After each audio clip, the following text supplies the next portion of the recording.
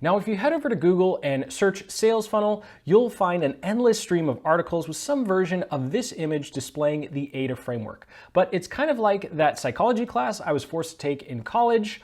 All theory with no practical real-world applications. So in this guide, we're going to go through the practical mechanics of driving traffic, growing your email list, converting strangers into paying customers, and of course, the tech behind it all. So timestamps below, along with some other helpful links and resources, including a link to our sales funnel playbook and template library, so you can literally copy our best performing sales funnels using free software directly into your own account or sales process. So speaking of sales process, that's literally all a sales funnel is, right? At the end of the day, this is just an automated process to take strangers and transform them into paying customers. So we'll kick things off with the basics of what a sales funnel actually looks like, and then we'll dive into the individual components and talk about some free software or paid software you can use to automate this for you. Now, all great sales processes have to start with where you're going to find your customers. After all, there's no point in having a funnel or website, for that matter, if you aren't actively working to bring people to it. Once you have that attention, you want to collect your potential customers' contact information with a landing page. This works because of something called a lead magnet, which we'll cover more in a bit. We send them a couple of emails to drive them to our sales page where we'll sell our product or service. For some services-based businesses, you might try to get people on the phone at this point instead.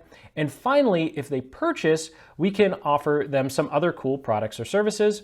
And that's the basics, bare bones of a sales funnel. There are lots of different types of funnels as well, but this is generally the layout and the actual practical tech standpoint of what a sales funnel is going to look like. So we'll start with the hardest part of the funnel, depending upon how you look at it, and that's going to be your traffic. Because after all, if you build it, they won't come. We still have to drive traffic to it. So when it comes to different traffic options, you can, of course, go blogging, SEO, YouTube, which is obviously my favorite, or you can do some sort of paid advertising, YouTube ads, Google search ads, or Facebook ads. Now, here's a quick breakdown of the differences between content marketing and paid advertising and which one might be best for your particular business type.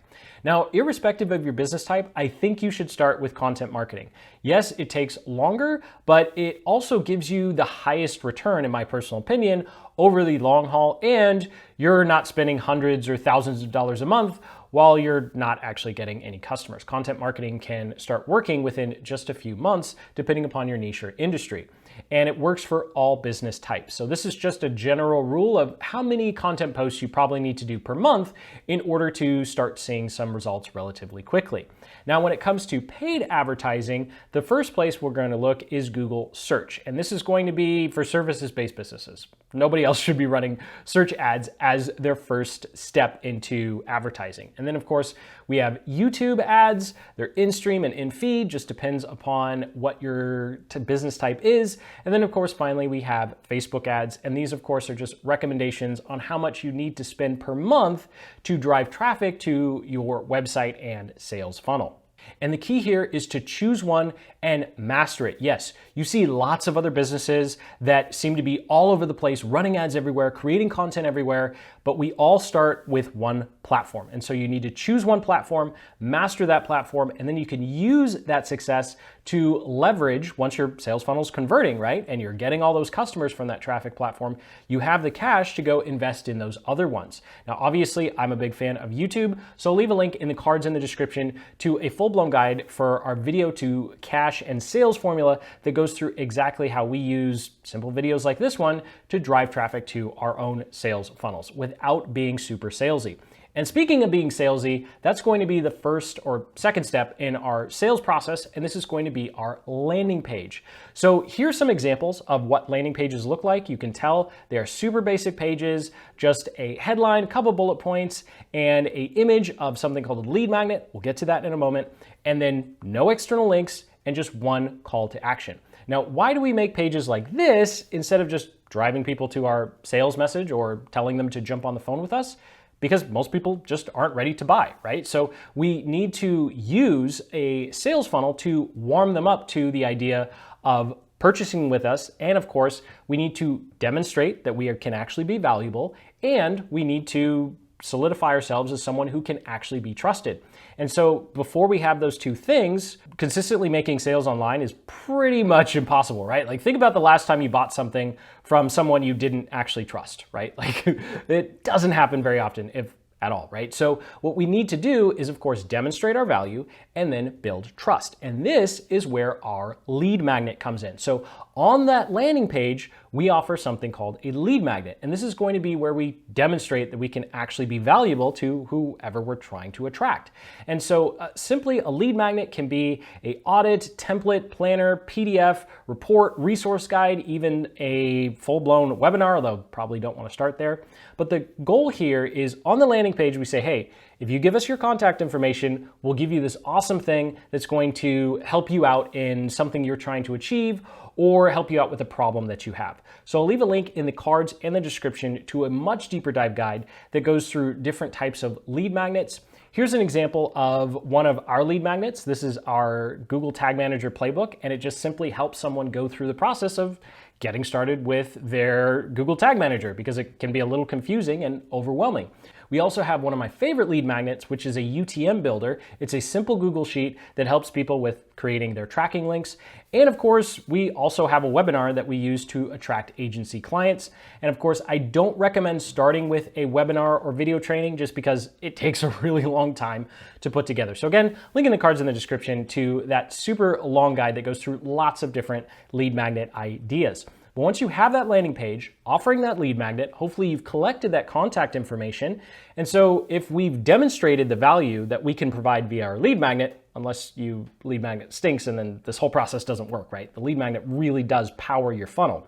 So once we have that, we have their email address, then it's time to warm them up to the idea, build some trust, empathize with them, and drive them to our sales message. So this is a quick overview of what this email sequence could look like. Of course, the first email, we just deliver that lead magnet, right? And then the next 4 to 6 emails, we're simply empathizing with their situation, expanding on some of the current problems that they're facing, and then energizing them to take action. So I'll leave a link in the cards in the description to a super deep dive. It's like just shy of 2 hours that goes through everything you need to know with setting up your email automations. It also goes through how to build out this entire funnel process for free using a system called Systemi.io, linked up in the description if you'd like to learn more. Of course, if you decide to upgrade your plan or use some of our premium templates, we receive a commission as a way to support this channel. And so once you have those emails, they're going out automatically. Everything we've talked about up until this point, minus creating content, is automated, right? So this happens 24/7, and it is a really nice asset for your business once it actually gets going.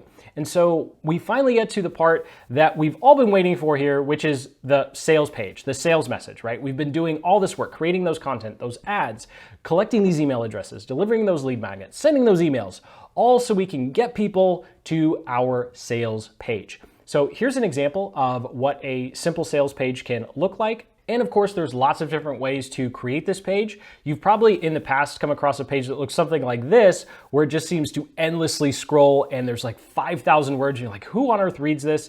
This is kind of more of an old school sales page. Yes, they still do work, but the good news is you don't have to start there or even use that depending upon your niche or industry. So again, link in the cards in the description to that full-blown sales funnel build guide that actually goes through a simple four-part framework. Oh no, four-part framework that you can use to actually writing out your sales page, and also a simple framework for actually creating a mini sales video if you want to do that as well. So the whole point here is to get people to this page or this video or this message, or of course on the phone with you. And so at this point, you get to pat yourself on the back because you've done a tremendous amount of work. And unfortunately, after all of this work, most people just aren't going to buy. That's why we call it a funnel in the first place, right? Because we have lots of people at the top, and as we go through each step, less and less people get there, all up until your sales page and actually buying. So if someone doesn't buy, they say no after seeing your sales message, then you're probably going to send out a broadcast sequence. There's other things you can do. Hit that subscribe button for more on what to do with the people who don't buy. But for those who do, they say yes, then we immediately offer them something else, right? And so this is called an upsell.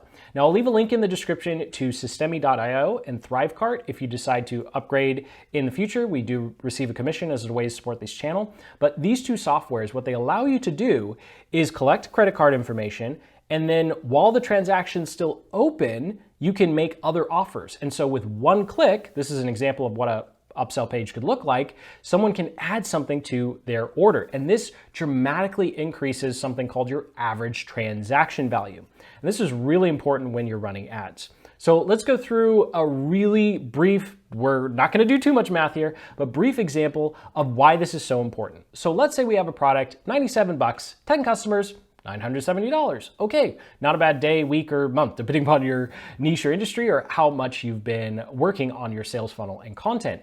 Then we could go ahead and add an upsell. Let's say 1 out of 3 people take us up on this, right? So we make a little bit more money. And what's cool is we didn't do any more work, right? We've already done all the hard part of creating traffic, driving traffic, converting them onto our email list, making that lead magnet, creating that sales message.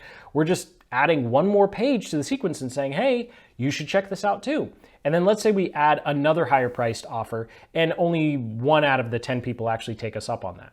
Well, all of a sudden we've gone from 970 bucks to over 1,000 by just adding 2 additional upsells.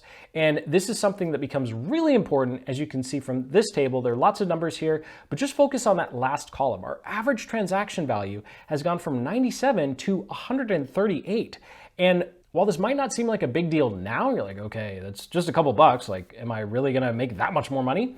It actually becomes a really big deal when you start running paid ads, because the difference between $97 per customer acquisition and 138 is astronomical, and it will start to give you a leg up on your competition, which means you can start to outspend your competitors on content, ads, or anything else you're doing on social media because you're making more per customer. And of course, the snowball effect really starts to grow. So this is the summary of the entire sales funnel that we've been going through. And that's all there is to it, to creating a sales funnel, how all the different elements work together, some of the technology. So again, link in the description to our sales funnel playbook and our template library so you can get this entire strategy for yourself. And of course, all of the templates and automations you need set up for you as much as we could for free directly into your account using a free software called Systemi.io. So go ahead and hit that like button, subscribe for more marketing guides just like this one and some that are a lot more in depth. And until the next, keep building the business you love.